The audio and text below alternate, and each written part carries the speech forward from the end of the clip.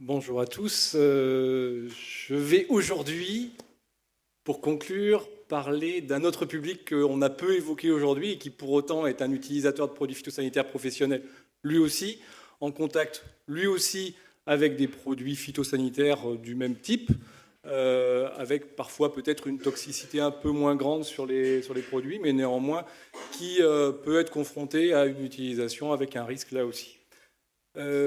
Par l'exemple des utilisateurs en collectivité locale, territoriale, que sont les conseils généraux ou les communes, il ne faut pas oublier tous les utilisateurs professionnels non agricoles, que peuvent être des paysagistes, que peuvent être des agents dans les golfs, chez les bailleurs sociaux, je vois qu'il y a des représentants de bailleurs sociaux ici, etc., qui sont utilisateurs non agricoles de produits phytosanitaires aussi.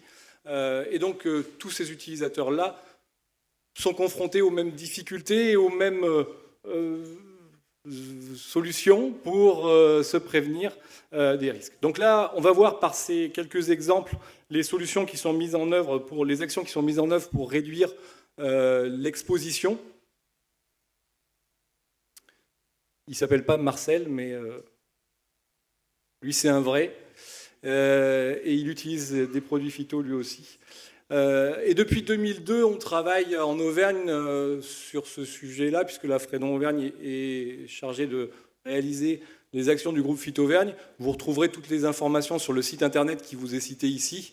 Vous pourrez regarder l'ensemble des actions qui, depuis 2002, sont réalisées à l'attention des acteurs non agricoles, utilisateurs de produits phytosanitaires, et notamment 3 thèmes importants. Le premier, c'est la sensibilisation. On en a beaucoup parlé aujourd'hui. Cet effort de sensibiliser le public aux risques qu'il a en utilisant les produits. Un travail d'information qui est une étape supplémentaire, c'est comment se prémunir. Et on va jusqu'à une étape ultime qui, pour les collectivités, est souvent nécessaire parce que ce sont des agents qui n'ont pas au quotidien l'utilisation des produits phytosanitaires, mais bien d'autres actions, et donc de les accompagner dans cette démarche-là. Dans la phase de sensibilisation et d'information, d'accompagnement technique, il y a un outil important qui est la communication sous forme écrite, et qui ne touche pas uniquement le public d'acteurs, utilisateurs de produits phytosanitaires, mais aussi de décideurs, que sont là les élus chargés de décider de l'organisation du travail sur la commune. Et c'est un acteur très important, voire même fondamental, quant au respect des règles d'utilisation de produits phytosanitaires. Alors de nombreux outils qui sont diffusés régionalement à l'attention des collectivités. Des journées techniques qui peuvent aider à cette sensibilisation, cette information, à l'attention de ces différents acteurs, ces 2 acteurs élus et agents techniques. Je ne pense pas qu'il faille séparer les 2, parce qu'eux sont appelés à travailler ensemble et à prendre en compte ce risque pour l'utilisateur des produits phyto. Alors vous voyez la différentes situations d'information, de journées d'information, et à l'occasion de ces journées d'information, c'est là où on peut faire passer le message du respect de la prévention de l'utilisateur. L'accompagnement technique, je ne cite que quelques exemples, je vais vite. Un des outils d'accompagnement technique des collectivités, c'est notamment cet outil qui s'appelle la charte d'entretien des espaces publics, qui est un outil d'accompagnement des collectivités qui s'engagent volontairement dans un effort d'amélioration et de réduction d'utilisation de produits phytosanitaires. Et là, la Fredon Auvergne les accompagne techniquement à essayer de trouver les meilleures solutions pour pouvoir optimiser l'utilisation de ces produits et puis réduire, si possible, l'usage des produits phyto. Je reprendrai ce qui a été dit un peu avant. La sécurisation de l'utilisateur, ce ne sont pas que les EPI. Ce ne sont pas que les EPI. Et dans l'accompagnement technique qu'on réalise auprès des collectivités, il y a bien sûr les équipements de protection, d'accord, mais c'est le rempart ultime. Et avant, il y a toute l'organisation du travail qu'on a évoquée tout à l'heure pour les agriculteurs. Je pense que cette démarche-là, elle est valable pour tout utilisateur de produits phytosanitaires. Toute l'organisation du travail pour limiter les situations de risque, les situations d'accident, les situations de manipulation à des moments où ce n'est pas forcément nécessaire. Et puis, dans cette démarche d'accompagnement des collectivités, on va aussi beaucoup sur la réduction d'utilisation de produits phytosanitaires, puisque volontairement, les collectivités s'engagent vers une réduction d'utilisation de produits phytosanitaires. Et si on réduit l'usage, on réduit l'exposition. Le certifito est un des outils qui permet cela aussi. La formation certifito, je pense vraiment, étant formateur certifito, je viens avec ce retour-là.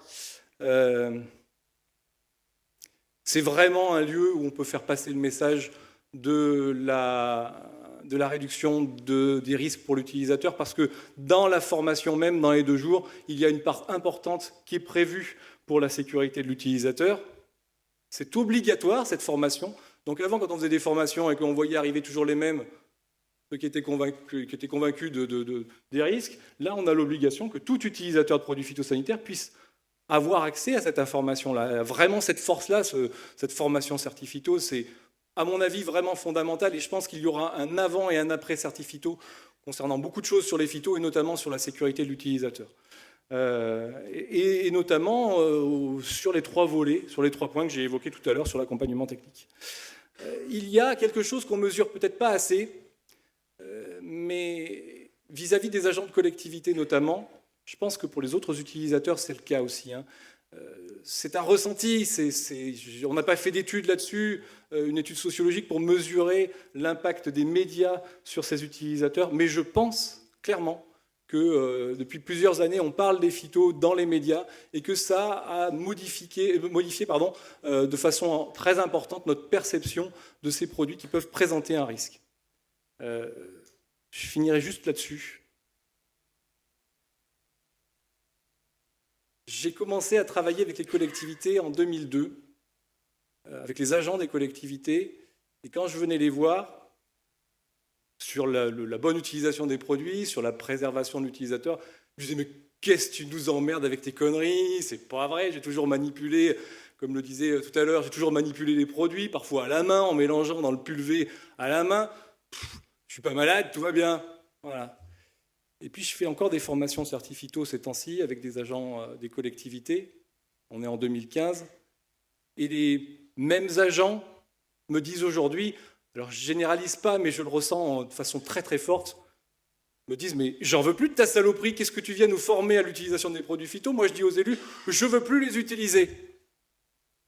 Je pense là notablement qu'il y a une différence de perception de l'utilisation de produits phytosanitaires.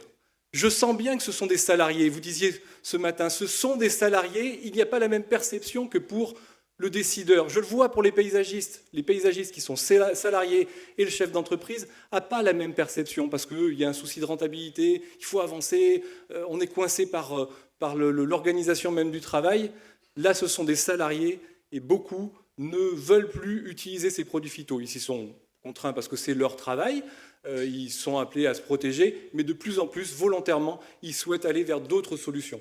Alors il s'avère qu'on est sur des espaces où l'utilisation de produits phyto est plutôt d'ordre esthétique.